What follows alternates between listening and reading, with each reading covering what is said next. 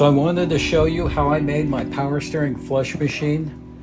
I purchased these off Amazon. They're 3/8 fittings.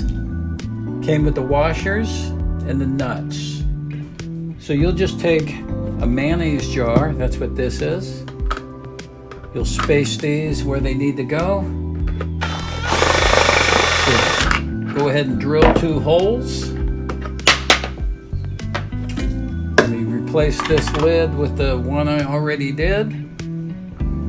Take your fitting. And just screw it in. Your second fitting.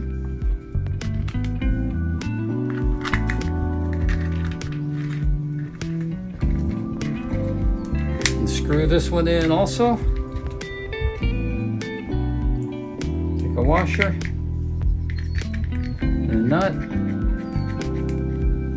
a washer and a nut,